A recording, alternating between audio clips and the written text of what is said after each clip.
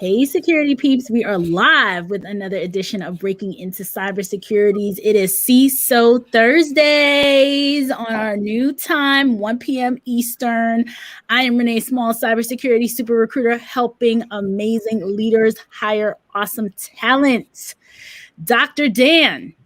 Dan Schaefer, Peak Performance Strategies, helping individuals get a competitive edge very quickly and almost always under the radar.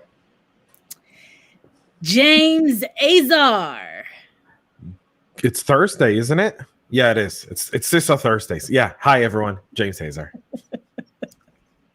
Chris Foulon. I'm trying to pronounce it the right way, the way he says it. Go ahead. Hey, everyone. Chris Foulon, security consultant and coach. There we go. Naomi. Chris, we're going to talk about your stuff in a second. Naomi, the amazing. It has to start with the amazing. Naomi Buckwalter. I don't know if that was said ironically or sarcastically. Hi, everyone. Naomi Buckwalter here to help you guys get into cybersecurity. All right, folks. It is a snow day around the country, probably. I feel so bad for the folks in Texas that I'm hearing that power is coming back. So that's good. You'll probably hear a screaming child on my end, which we're going to try to stay away from. So, James, do you want to kick it off with the topic of the day? Yeah, I guess I'll kick it off with the topic of the day. Cybersecurity for good. The debate over the cybersecurity oath. And the idea that cybersecurity people have a commitment to, like doctors, do no harm, right? And promote the better good of everyone around. And I say that because as we speak, Myanmar, a small country in Southeast Asia, that's going through a military coup, that's shut off the internet for a lot of its people. Their internet's at 21% of what it usually is. As the military tries to overthrow a legitimately democratically elected government. And people are out protesting, and a bunch of good hackers, we're going to use the term hackers here because this is how we use the term hackers. So a bunch of very good hackers started attacking the government infrastructure that was designed to suppress the people. A bunch of messaging tools have been customly created for the people of Myanmar so that they can communicate, organize, and fight the coup that's taking in their country. And I think that is the perfect example of why I love being in cybersecurity. And that's what I want to talk about today. I think that's a great topic because for people who want to break into cyber, you have to understand that it's beyond the money. It's also the mission. Absolutely. And I think that also comes in day to day when you're finding vulnerabilities. If you're looking for them, if you're helping your company make the best decision, that you think about the ethics and the morale behind the decisions when you make your recommendations as well. You nailed it. Did something similar happen in India recently? Not with the farmers and some, I don't know all the details, but something in regards to farming and the internet being shut down and things like that. Am I on target or no? Yeah. So the India thing's a little different from what's happening in Myanmar. So the India thing is essentially what appears to be a effort by some foreign actors to influence India's internal politics. The India thing became really big because of liberal arts degree holding Greta Thunberg, who, good old Greta, because everyone knows high school kid. Does she even have a degree? She's like a baby. At this point, she probably has a bunch of honorary liberal arts degrees from a bunch of places. This child is like 15 or something.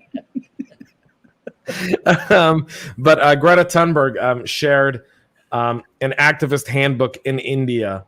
And the protest isn't really about government suppression, but around the government taking subsidies away from farmers and essentially telling them, sell your products. Like the government tries to fix the products of produce so that people can afford to buy produce. And the farmers are against that because they want to be in a free and fair market. So, when you got 1.2 billion people in your country, there's bound and be food issues. Right. So different topic. All right. Before we get into it, a couple people. George Gibson. Good afternoon, everyone. Kershell. Good afternoon, all. Hello, Kershell. That's a new person here today. And Nathan. Hi. Looking forward to this installment. Feel free to ask your questions, guys, and be able to chime into this, as usual, lively discussion. Mafus, James talking about hacktivism and attacking Greta. This man likes living on the edge. I do enjoy the edge. Well, before we jump into this hard topic, I wanted to give a shout out to Naomi for representing on the Wild West Hacking Fest and her amazing talk in getting into cybersecurity. I felt it was a real come to Jesus moment for any senior cybersecurity professionals looking at it and realizing that sometimes we could be the ones that are causing the roadblocks for those looking to break in and what we can do to help. And it was a truly refreshing talk. Thank you, Naomi. Oh my gosh, thanks, Chris. Naomi, I want to hear more about that too. So after we get into our first topic, James's topic, then we should jump into Naomi's and hear more about talking to the leaders and how that all worked, or talking to more peers, more senior level security people. Yeah, I'd like to jump into that too, but I also have some data I would like to show you from James's point. So I asked had a LinkedIn poll a few months ago, and my question was, have you ever been asked to do anything illegal, unethical, or morally questionable in your role as an information security professional? And does anyone want to guess how many people answered yes? Like what percentage? Out of 107 responses. I would Over 50%. say, what'd you say? Over 50%. I would Not say, quite that high. Oh, I was going to go way up. So pessimistic. Wow. It is higher per role. So it is higher per role. So out of 107, 33% said yes. But for the roles, 75% of executives said yes. 40% of managers, directors said yes. So it was a very high number on the senior side. On the senior side. That part doesn't surprise me. Yeah. Unfortunately, it doesn't. So I was going to say 80% if it was leaders. Leaders are higher, yeah. And that kind of concerns me, right? Because like as leaders, we shouldn't be even thinking about making unethical decisions. Or, I mean, even if we've been asked to do something unethical, I'm hopeful at least some of us will stop and say, no, this is bad. It's morally objectionable. Like we should stop them from asking us. I don't know. But. I mean, many of the times that people reach out to me in terms of changing and transitioning into roles on a leadership perspective, it has something to do with that. That's why I thought that, that 75% makes perfect sense to me. Yeah. But what you bring up, I mean, that data of people wanting to do or being asked to do anything illegal. I mean, there's a there's a debate around kind of what that's considered, because legality from jurisdiction to jurisdiction is very, very different. And what could be considered and frowned upon in the US may not be frowned upon or even illegal in other parts of the world when it comes to cybersecurity, because there is a line that people look at CISOs and almost want us to do corporate espionage on their behalf, like take your red team and weaponize it for the company. And you're like, not really how we're supposed to do red teaming. Yeah, but then like a lot of people have a good point. If we are getting hacked, we have literally no repercussion against the people who are breaking into our systems and our networks. Like all we can do is report it to the FBI or however other jurisdictions do it. But we're at such a very bad disadvantage where we know people are intruding in our networks. All we can really do is block them and patch and do those things, but we can't fight back. And I almost feel like we're at a point where maybe we should fight back.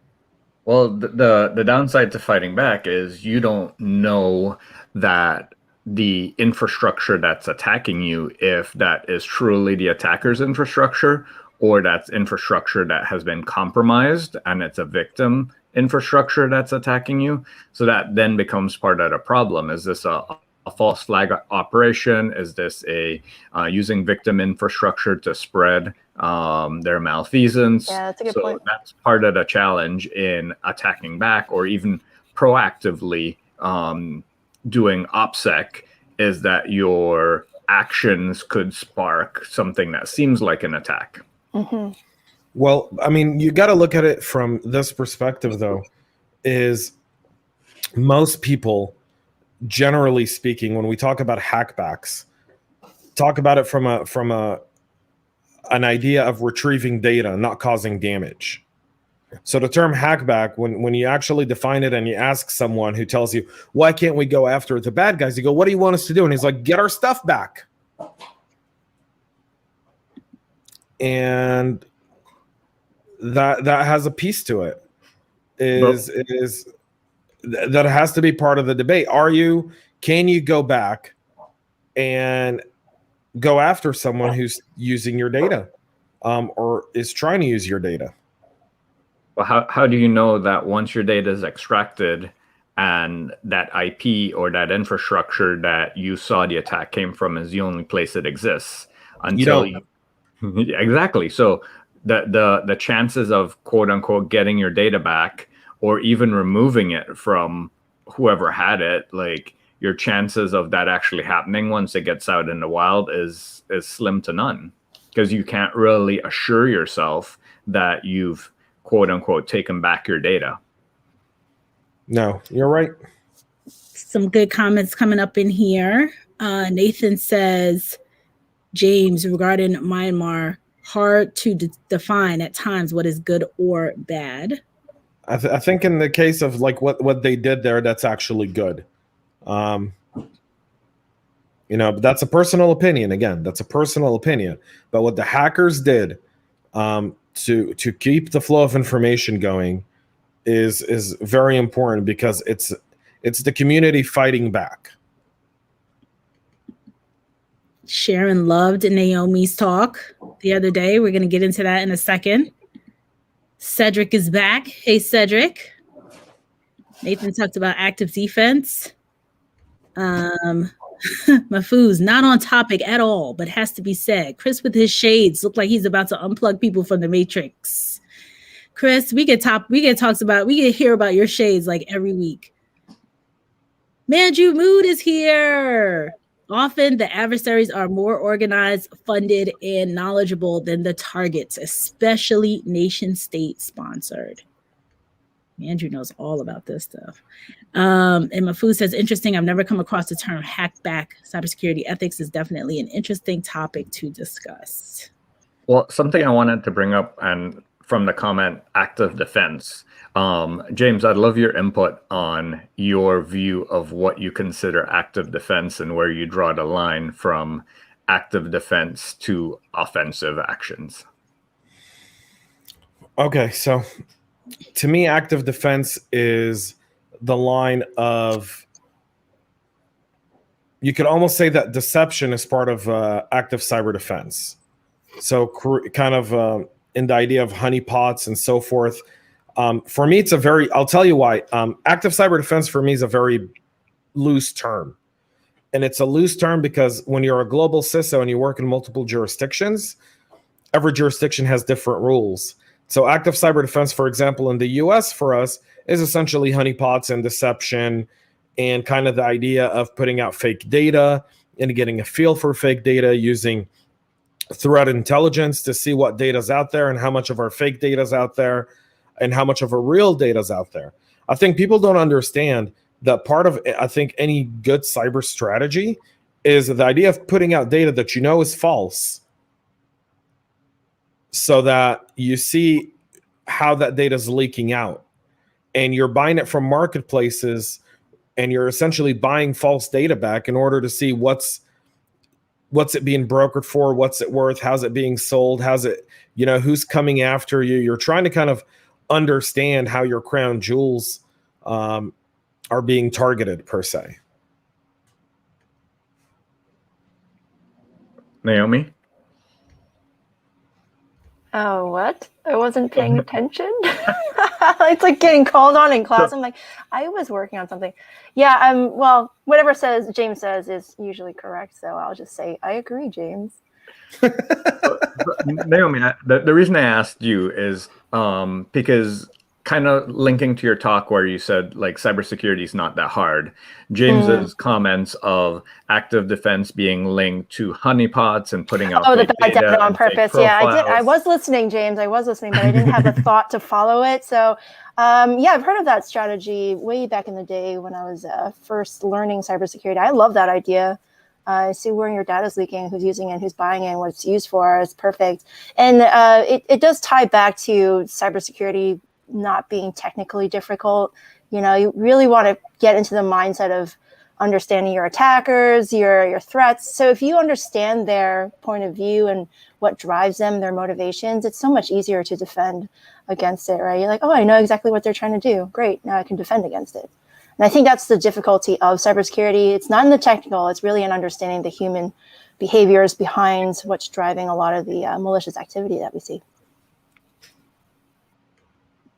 Some good comments coming through here. This is from Carmen Y. The U.S. is so separate. There is no cohesiveness with regards to rules, governance, legalities, vocabulary, software purchases, the whole gamut. So, of course, they can infiltrate. We are not cohesive at all. Everyone is doing their own thing.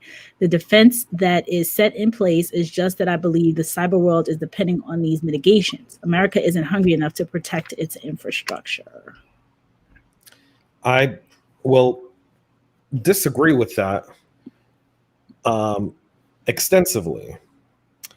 We do have some cohesiveness. We're getting better at our cybersecurity cohesiveness. What we lack is tempo and speed. So we can agree that something is going on that's very bad. But where we lack and where we seem like we're not cohesive is the idea of speed and response. So generally speaking, the larger the government, the slower things move because of the bureaucracy of it. And that's any government, right? That's also any organizations. The reason startups like PayPal became as powerful as they did was because they didn't have any of the bureaucracy that existed within larger organizations. So the same applies with government, just to make that clear. Now, on the other side of it, we do value cyber defense. And one of the things that's very critical to understand right now is the US is not a country that powers itself or approaches cybersecurity from a federal perspective. The federal government is in charge of the outer borders and our financial system and our critical infrastructure. But the water plant in Florida, what happened a few weeks ago, that's a county infrastructure. So the county is so many levels far from the federal government that in order for a county to get any sort of federal support, they have to go through the state. And then the state's got to go through the federal government. And, you know, between the state and the federal government, there's a bunch of places where it gets stuck along the way. And to add to that, I would think, as many know, the U.S. does have an active offense team. They just don't advertise it until it gets leaked. But they're consistently working on ways to track and detect their adversaries. And most of the times, the missions that they do don't end up in the headlines unless something went wrong. So I would say that, I mean, between the NSA, the CIA, and even the different branches of military, they have an active defense strategy based on their different domains, but it's not being actively publicized because you don't want your adversaries to see exactly what all your capabilities are. Well, and part of it is part of it, Chris, is we here, when Russia hacks us, we have a free media that goes out and says Russia hacked so and so. In Russia, if we hacked their power plant company, right? Russia suppresses that news because they don't want anyone to know that happened. So I think there's also the idea that in the Western world, because we have free press, free press is more entitled to go after that information. Whereas in some of the countries that are the perpetrators of attacks on the U.S., they don't have the same transparency.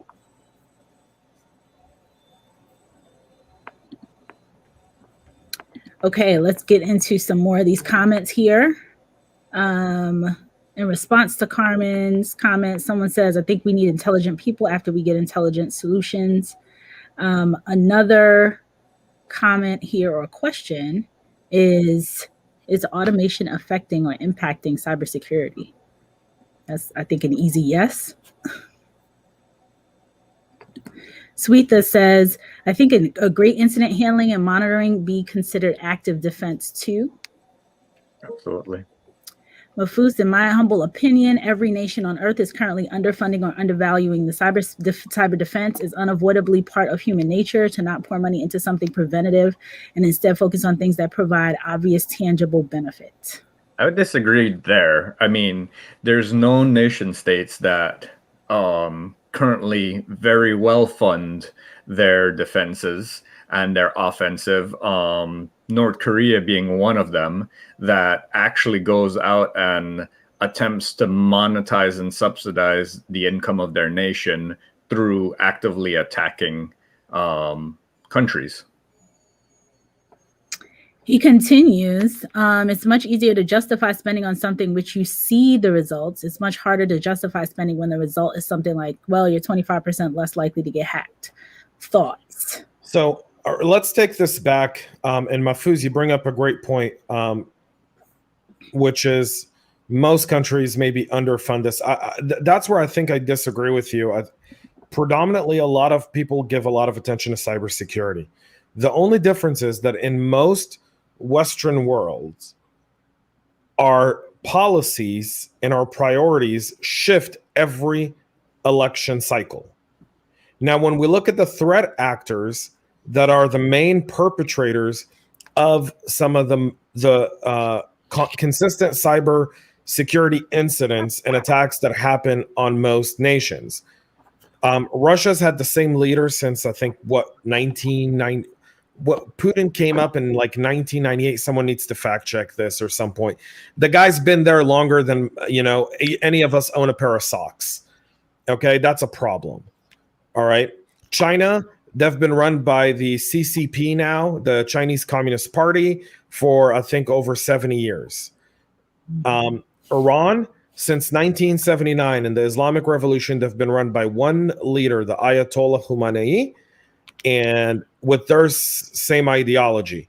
North Korea has been run since the 50s by the Kim Jong-un family, the Kim Jongs, and then there's Un-il, whatever, all the Kim Jongs of sorts since the 50s. So they all have one consistent thing, just strategy and leadership. We know what we want to do. We don't mind getting small wins because we're here to stick around, right?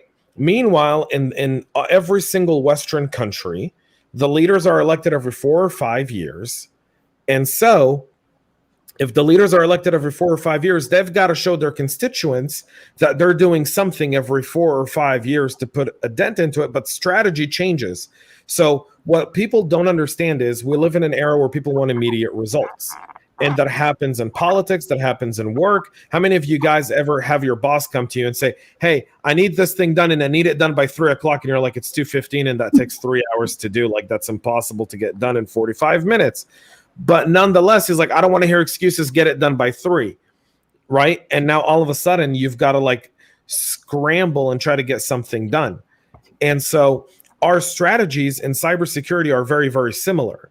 So our budgeting and the way our government operates changes with every leadership change. And that's a challenge.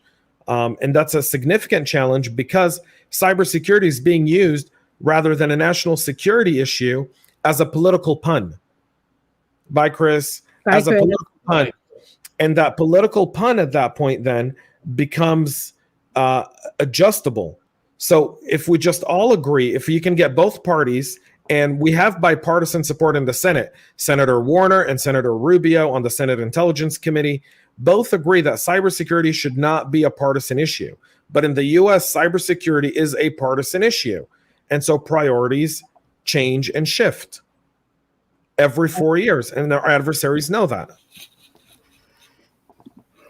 Policies are so dangerous, but I'll just say one thing: money runs our politics. So if the elites and the people funding our politicians want something to happen, then it will. So I'm just saying, if there's any way we can crowdsource, let's put more money into lobbying for cybersecurity. I'm all for it. Amen. And I'll agree with you on that. Mahfouz says, James, an excellent point regarding democracies having a curious disadvantage in terms of a persistent long-term strategy due to changing administration. Thanks for the insight, James. I definitely agree. Matt was right in terms of, well, Putin being around since 2000. I looked it up real quick and it said 99. So, yep, 99 to 2000. And then... Guy's been around longer than some kids have been born.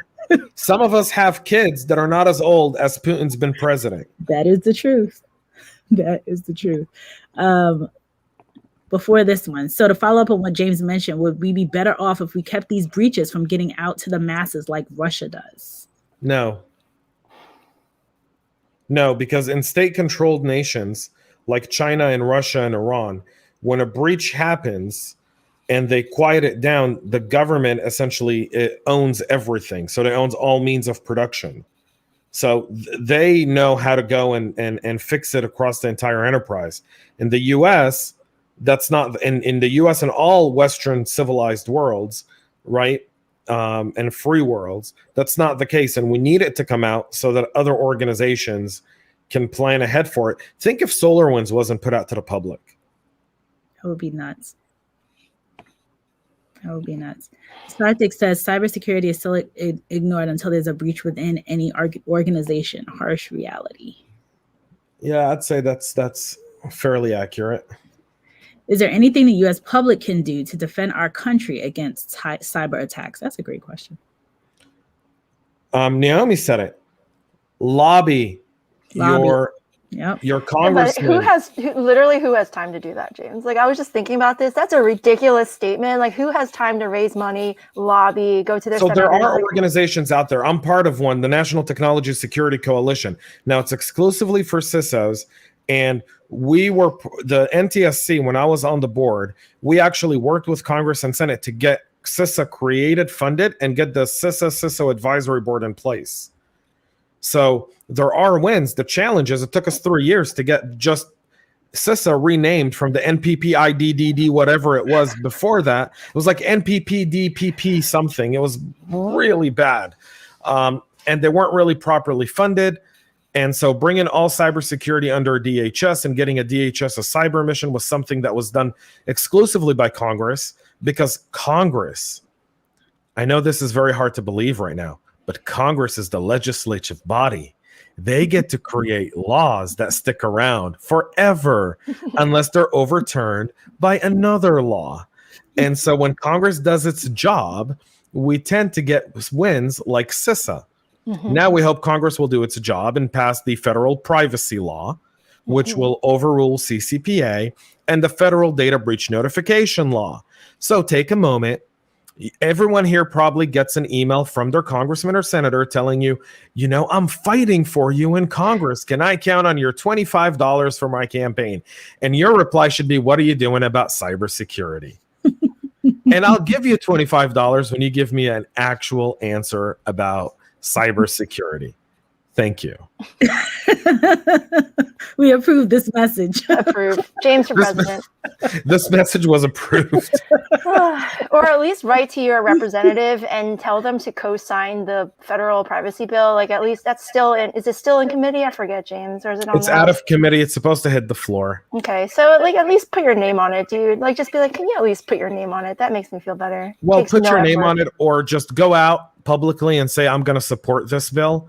And don't wait for like Facebook and Google lobbyists to come knocking on your door and say, hey, you know, that federal privacy bill, it's going to really hurt our business. And, you know, we're really looking to give you $100,000 campaign donation for your reelection. Get the money out of politics.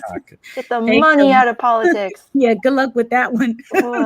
So, Nathan, James, who were the two people? Who are the congresswomen and men that are open to lobbying for cyber protection? Say it again. So the number one advocate, there's two advocates in the Senate that care about cybersecurity. There were four, but we lost two of them in the last cycle. We lost Cory Gardner in Colorado, and we lost David Perdue in Georgia. Right now, it's Mark Warner, who's out of Virginia, and Marco Rubio, small hands Marco. Marco Rubio out of Florida. They're both the chief advocates and voices on the Hill, but significantly, Mark Warner is a friend to the cybersecurity community, just so that people know. That guy is a gem. He'll take any message, any call, and any meeting with cybersecurity people about how to defend this nation. To me, Mark Warner is one of the examples of bipartisan politicians in DC that cares about the national security of our nation before anything else. Awesome. All right. So Patrick says, so democracy is the greatest threat in cybersecurity. No, politics is the greatest threat in cybersecurity. Politics is not a good proxy for democracy. Yeah. Politics is not what makes democracy. Oh, Lord. Cedric says, the enemy waits until our country is distracted and then they attack. Well, they're distracting us pretty well right now, folks. We're attacking ourselves. Yeah, we're pretty. There's the best video of a guy with wearing a bulletproof vest handing it to the pen tester. You guys have all seen this, right? Like the whole CISO thing, like a CISO wearing a bulletproof vest, handing a gun to a pen tester and saying, "Shoot me. I've got a bulletproof vest on it." Then he gets shot in the leg and he goes, "What? What are you doing?" Because you're protecting your upper extremities, right? Oh, goodness. Basic cyber hygiene and security awareness among the public goes a long way, in my humble opinion. That's what It does. Yeah, absolutely. I would agree. Let's see. Mafus, can you imagine James as president? Well, we're trying to get him there. He would commit to cybersecurity like Nixon did to NASA landing on the moon. We have one mission. Get us to IPv6 first, James, and then we'll talk. Well, could you imagine a campaign that's strictly technology? We're going to take over AI. We're going to launch quantum computing, and we're going to secure this nation from a cybersecurity perspective. Sir, what about the economy? Screw the economy. Those things first. Those power the economy. By the way, we want robots at McDonald's, and we want Chick-fil-A to stay. I seriously think we have to go get the COVID vaccine. I got to tell you this funny story. And so we go to the drive-thru of the COVID vaccine, and it takes me 2 hours to get in line. And I was with someone, I took someone to get a COVID vaccine. 2 hours, and I'm like, I can get a Chick-fil-A sandwich in 3 minutes with twice as many cars in the drive-thru. Can someone please call Chick-fil-A and be like, we need help distributing vaccines? There was a story of a Chick-fil-A manager who actually did that. Yeah. Seriously, can we get Chick-fil-A to give out vaccines at this point? They should run the government, honestly. Except for the whole anti-homophobic, whatever it is. Their problems there. Danielle is back with us. She's getting used to our new time. Yes, folks, 1 p.m. Eastern. And I'm seeing a lot. I love this new time because I see a lot of West Coast people on here. Hey. So James was right about the new time. James is always right. No, negative. Don't say that. Don't say that. That standard is way too high. Way too high. Just say James is wrong. Sometimes he's got a few good sentences to say. Sometimes. Dr. Dan, you've been quiet here. I'm going to school on this. This is I know it's a tech conversation today. This is wonderful, tremendous information. But one of the things that I've had in discussing with people is how do we convince people how important this stuff is, and how I'm talking to a guy the other day about marketing stuff. I said, why don't you tell people everything that's not going to happen when your program is activated? So it comes back to the thing I've talked about on this before, short-term discomfort versus long-term regret. The quicker and further out into the future you can get somebody to visualize or imagine and bring back the things that they really, really, really don't want to have happen, helps them to motivate to this, because it comes back to, things that impact them financially, emotionally, and reputation-wise. And all of those things fly into cybersecurity. If somebody hires the wrong person, and that what does that do to their reputation as a recruiter? When somebody avoids information, so it's telling people, here is the person you don't want to be. And I think all of us could probably talk a bit about who you don't want to be. You don't want to be the guy that goes, oops, I missed it. So, but it comes back to the human side, the soft side of what's going on inside companies, and why it's blocking you. So what blocks stuff? What upsets a system? Is that people need to be thinking differently about stuff, and how do we get them to think about it? Yep. Excellent points. Mafu says Dr. Dan will take us to 2026 and tell us what we cannot afford to have happen, and that is the truth. Nathan says, if Amazon did vaccines, you would get vaccinated by Monday, tomorrow, if you have Prime. That's also very true. If government gets out of the way and just lets companies do what companies do best, and that's compete. I mean, by the way, I think a lot of people don't understand this in cyber, but from a CISO perspective, I don't think you guys understand how difficult it is from a regulatory standpoint to do cybersecurity with some of the compliance rules that are in place. Like, compliance in times is a hindrance to doing effective cybersecurity. And when different states, for example, like with CCPA, when different states pass different laws, it creates a challenge. And this goes to like Mafusa's point earlier, right? Like, people don't want to spend enough money. Well, I can only get so much money, but compliance and privacy falls under security.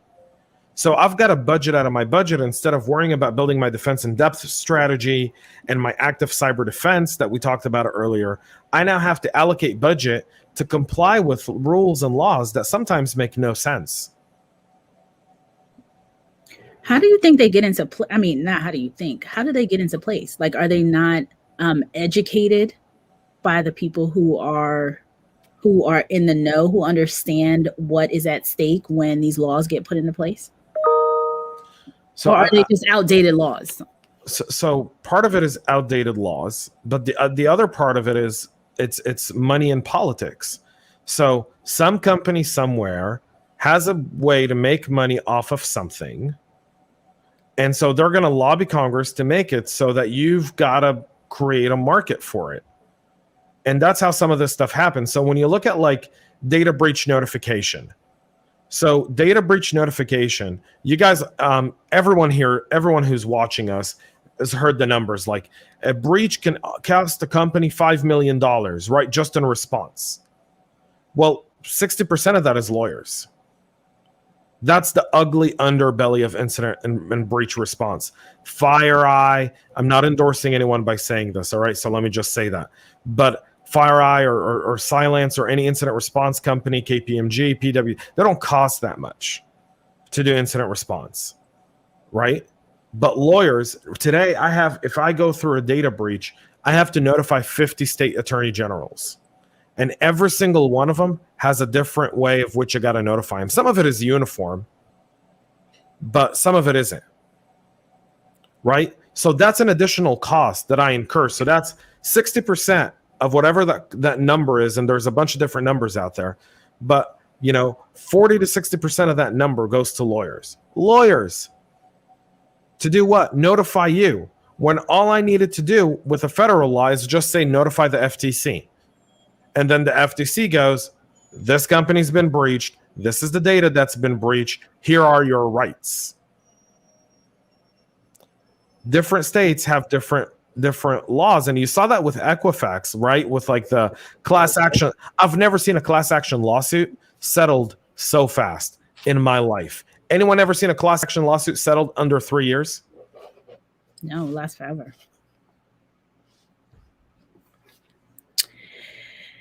Thank you for that explanation. James, you talk about compliance. I see compliance coming up a lot, particularly in companies I do client attraction business development programs for. And we have to go completely away from the company. I don't communicate with people on their private emails. It's all cell phones. And because the compliance issues, it's, there are some financial service organizations, I'm sure you're aware, that they read everything that comes in. So if you work if you're a portfolio manager and you get an email, somebody's reading it. Yeah. And that's right. And that gets in the way of legitimate effort to grow a company. Yep. More comments here. Congrats on having 11 people hired. Woohoo! Yes. Yeah, I think we're going to have 13 by tomorrow. I got 2 very encouraging messages before we came online today. So I'm hoping tomorrow we can announce 2 more, and we'll be closer to that 221 that Chris set forth and then ran away after 30 minutes. Yeah. Set us up. But this is good. I'm so excited about anyone that gets hired. It is awesome. It's life-changing. Totally life-changing. Mafu says the question is, do you want to be hacked? The question is not, do you want to be hacked? The question is, how badly do you not want to be hacked? Let's see here. How well do you think the Electronic Frontier Foundation and Mozilla, there may be other orgs I'm not aware of, are doing with their programs and lobbying in digital security and cyber awareness with the public and the U.S. government? Not aware of either.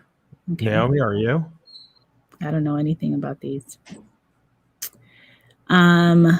There was a comment. That's exactly what I mean. We are disjointed. When you were talking about going to 50 states, I think that's the comment. Yeah, but that's not disjointed in terms of cybersecurity policy. That's disjointed in terms of like outdated rules and compliance, right? And the original thing of disjointed was our cybersecurity strategy and response is that.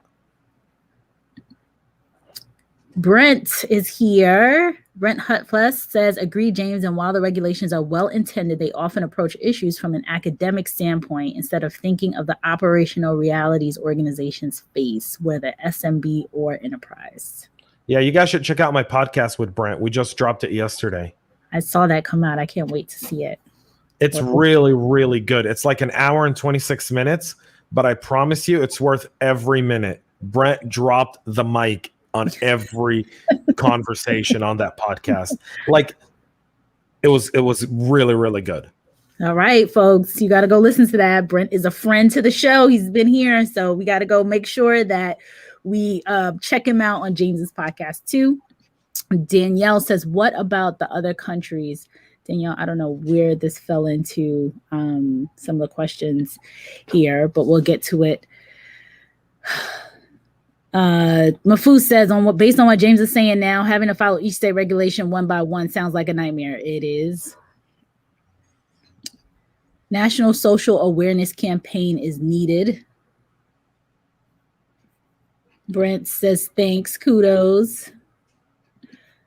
One European customer, and you have to abide by the cyber laws of the European Union. That's incorrect. That's incorrect. You don't need one European customer. You need you in order to for GDPR to be compliant, to be enforced on you, you got to be actively marketing in Europe, and you got to have like over 5,000 or 500. I forgot what the number is for European customers, but you also have to be actively marketing in Europe. What James says is about saying about a lawyer's costing a ton of money during data breaches reminds me of an old joke. 2 people can be fighting over a cow, and the lawyer will sit in the middle collecting the bill. Mafuz, you are hilarious. That is good. Trevor wants to know the name of the podcast, the CISO Talk. CISO Talk podcast. So if you follow James, everybody here should be following James. And then, James, you have a page for CISO Talk, right? And then you're on YouTube and everywhere else. Yeah, we're all over the place, but yeah, we'll have some exciting news in the next few weeks for you guys too. It'll be a lot of fun. Yeah, we can't wait. Cannot wait. CISO Talk podcast. Yes, that is the one. CISO Talk podcast, where CISOs come to talk. Additional CISOs. Yeah, and also check out my episode 100 with Naomi. Naomi was my 100th episode guest on the podcast. Yeah, that was awesome. I was your backup, though. Your backup 100. No, you were not my backup. You were my first choice. I reached out to you like 2 months before.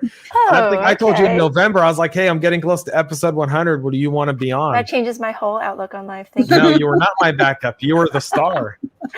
I was like, I'll be the backup. It's all good. Oh gosh. Brent says, or you have an agreement with an org that has required GDPR of all of its franchisees. Ask how I know. Oh, I don't want to find out. Like that sad face right there just tells you everything about that conversation. That just sounds so painful. Oof. New buzzword.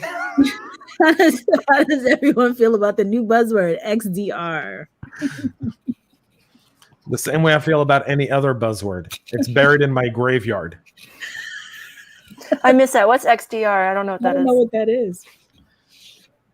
XDR, I think, is like the new EDR term. Oh, no. Like another version. You can't just of replace antivirus. them with X's. Come on, people. Everything is I'll an tell you, X. if you want to blame buzzwords, I just want everyone to go to Gartner and just write them hate mail, because they are the ones that come up with this crap. It's ridiculous. It's so ridiculous. And we lap it up. We just get the spoons and stick it right in our mouths. Well, that's because it's like a bunch of marketing people, like, you know, that like the rooms of like politicians smoking cigars. I imagine a similar rooms with like marketing people in cybersecurity going like, what do you want to name your technology? Is everyone on board? Everyone's on board. Cheerio, mate. That's probably exactly how it goes down. Cross-layer detection and response. Oh my gosh. That is the Hashtag magic quadrant. Here we go. The floodgates have opened. That totally is what it is. I guess we're not getting sponsored by Gartner, guys. Yeah. I know. We have a good friend over at Gartner. Chris, what's his name? His last name. Not anymore. He's not a good friend. He's not a friend anymore. He's not a friend anymore. Well, Naomi and I just supported his whole platform. That's speaking. I'll pull up his name in a second. XDR needs to come down with Cobuzz.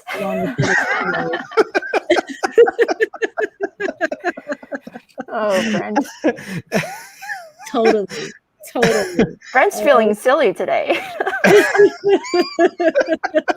Chris said I used to work there, so I can make that joke. I think it was Chris. Yeah, Chris Brown probably. I was thinking about him. Yeah. And then there's another person. Naomi, we just did these recorded talks. I forget his name. That he has like 20-something different security people with a conference going on the week of the 20. I think next week, the 24th. I forget his name. I just spoke with a group yesterday, the PA Hackers. That was fun. Nice. Brent said it has been a rough week. Lord, sorry, Brent. Yeah. You just lost your Gartner funding. Gartner's never funded anyone or anything but themselves. I disagree with you there. Gartner, not the other way around. Yeah, we pretty much, Gartner's like a lobbying group. Like, you don't know what they exist, but they're there. It's Marcos Cristo Dante. They put out some good things though, like their white papers. I appreciate when they're free. I appreciate their white papers. Otherwise, you're paying $700, $800 for like a 20-page PDF. Oh man, Mahfouz has more jokes. James always shamelessly self-plugging his podcast. We're friends here. We all. No, but I'm not shamelessly plugging my podcast. Brent came up. Okay, last comment. I will put that on every single podcast for the next week if everyone commits to doing that right now. Defund Gartner. Oh my. Mahfouz, yes, start a movement. Defund Gartner. Watch Gartner be like they've got like a whole underground of mafia folks. They're like the mafia of cybersecurity. Gartner. So I'm gonna plug my little I have a group that I work with once a year, well, over the years, but every year we have a conference, a women's conference, and we are going to be doing donations soon. it's called the Power Up Women's Conference. And what we do every year is so there's a women's conference and there's a teen component. And with the teens, we introduce them into cyber. So it's all about awareness. As we all know, with young people in particular, they see different professions out there, but they don't see cybersecurity as a profession. So I've been working with this group over the past, I think, 3 or 4 years now, and the security community has been amazing because you've sponsored teens over the years, and the teens get like this awesome experience, and it's a part of a women's conference. It's called Power Up Women's Conference. So I'm going to be sharing more information from now until March 13th, I believe is when it is. Each teen is $10. So if you want to sponsor a teen, let me know. So that is my I'll commit to sponsoring teams. Excellent. I'll sponsor 5 teams, actually. That would be $10 a team. I'll sponsor 5. $10 a team. Thank you so much, James. I'll sponsor 5. So anybody else want to sponsor teams, let me know. And thank you, Naomi. I mean, the cyber community is crazy because we kind of took over the whole thing the last, I think, 2 years, and we're able to sponsor. I think last year they were a little bit more expensive because it was in a hotel and they get lunch and all that stuff. But now it's virtual. And I think we were able to get 40 or 50 teams, something like that. I think 40 or so teams, maybe 45. So this year, hopefully we get a ton since it's virtual, and obviously we can get, more broad, but it's teams in the Baltimore area, the Washington, D.C. metro area. A lot of them are, from disenfranchised communities and would never get this kind of exposure, or, definitely not get the exposure that they had the last couple of times in the hotels and being a part of the women's conference. So by the way, Renee, there's a movement right now, and Naomi, you guys I think will really like this, writing children's book about women in STEM. So there's a bunch of books that are coming out for young girls to inspire them to get into STEM by telling really cool stories of, like superheroes, essentially, of women in STEM. So I'm doing some fact checking on one of them, and the author has not yet allowed me to disclose the full kind of name of the book yet. But it's a series of books about a female superhero that's into computers from a very young age and goes to work for the NSA and, is a virtual superhero that people don't know about, essentially. So it's a really cool book series, and I think that'll be awesome. And I'll see if she'll be willing to donate books to your foundation as well, to your group. So that way, instead of reading Barbie and Cinderella and Snow White, telling our kids about a woman who's hanging around with 7 dwarf men in a cabin, we can teach them something and inspire them. Disney is perverted when you look at it as an adult. That would be amazing. That's like the car accident that happens, and a guy rear ends some guy, and the guy jumps out, and he says, "I'm not happy." And the driver says, "Well, which one are you?"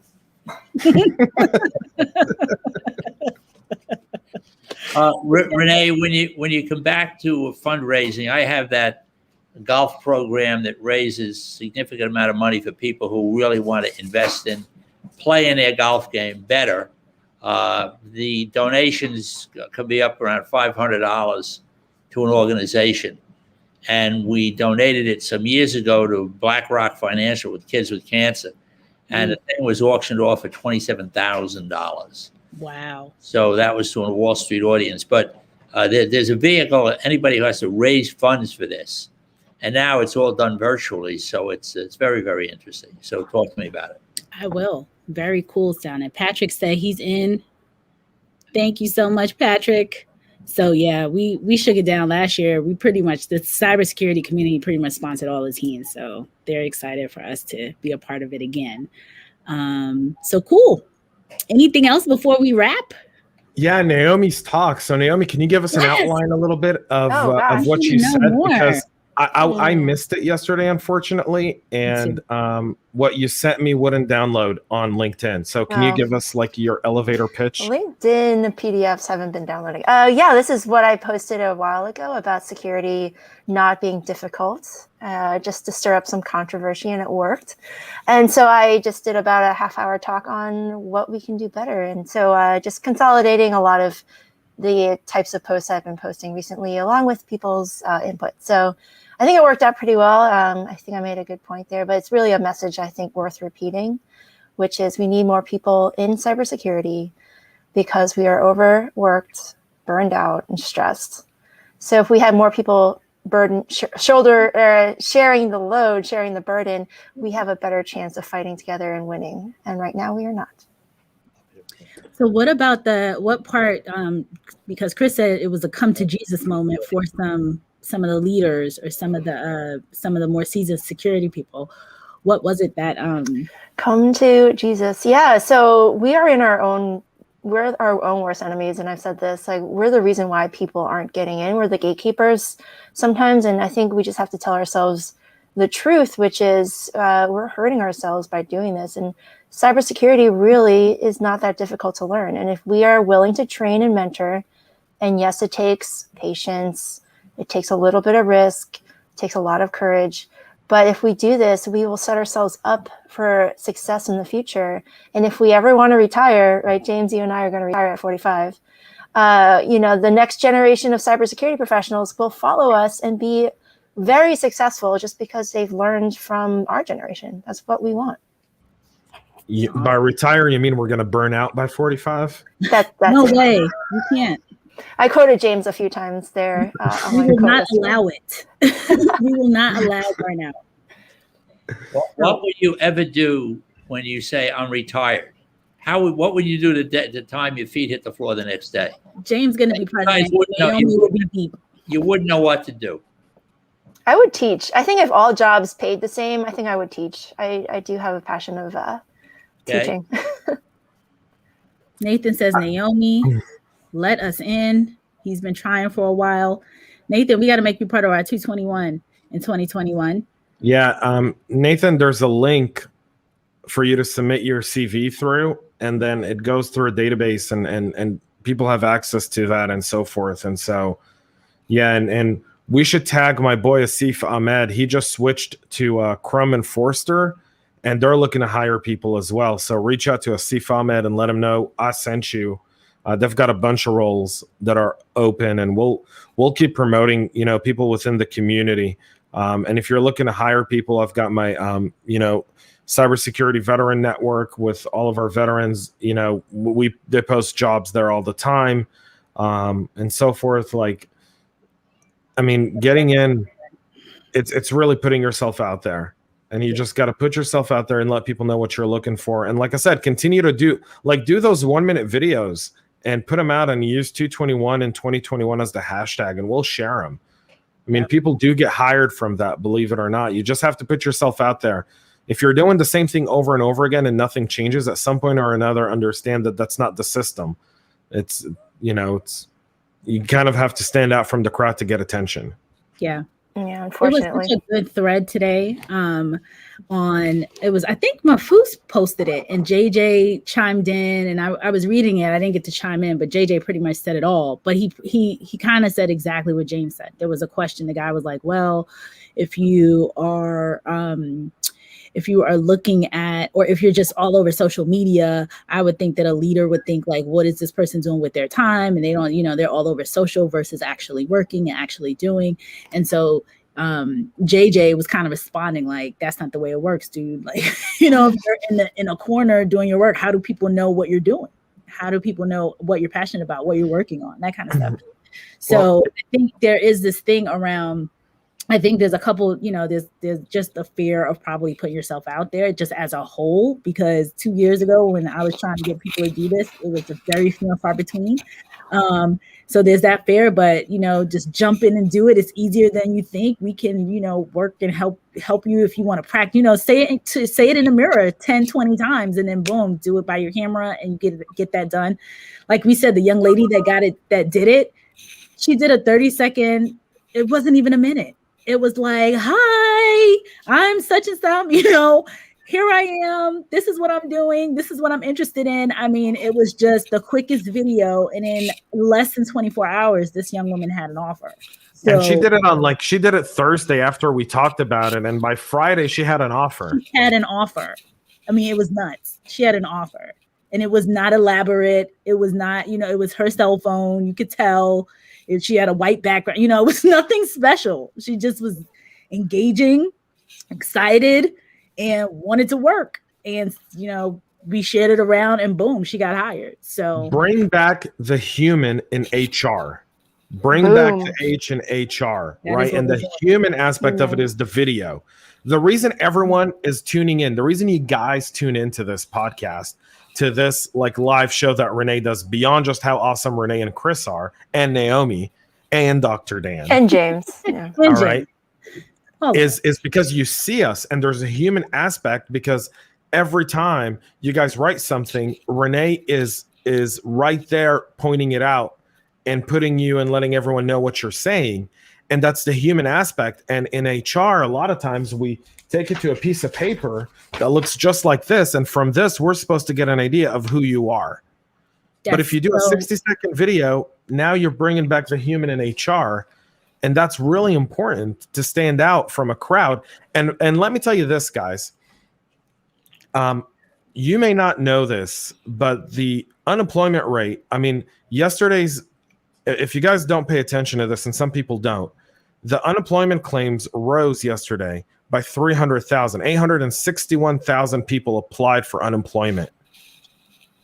That's insane. And there's going to be more people in the workforce, and there's going to be more people looking to transition, and there's going to be more people looking for industries that are hiring like cyber. And as that flooding of candidates starts to come through over the next 6 months and 12 months, as these people start to do boot camps, you have to separate yourself from the crowd, and you've got to be able to step outside your comfort zone, and do something great and put yourself out there. And if you don't do that, then you're never really gonna get to where you're gonna want to go.